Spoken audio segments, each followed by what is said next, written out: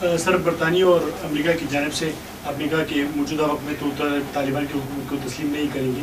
ابھی جو افغانستان میں دہشت گردی ہو رہی ہے، جو داعش کی جانب سے حملے ہو رہے ہیں، تو کیا آپ سمجھتے ہیں کہ داعش کو ان دو ممالک کی پشت پناہی حاصل ہے؟ تحقیقی طور پر تو نہیں کہا جا سکتا کہ آپ کے پاس ایسے تحقیق ہو اور آپ کہیں کہ لیکن ظاہر ہے اب طالبان امریکہ کے خلاف آ گئے ہیں، اور اگر کوئی آدمی طالبان کے خلاف آئے گا تو دشمن کا دشمن دوست ہوتا ہے. آپ نے شماریات کا ایک مشہور مقولہ دیکھا ہوگا کہ وہ شاعر کہتا ہے نا،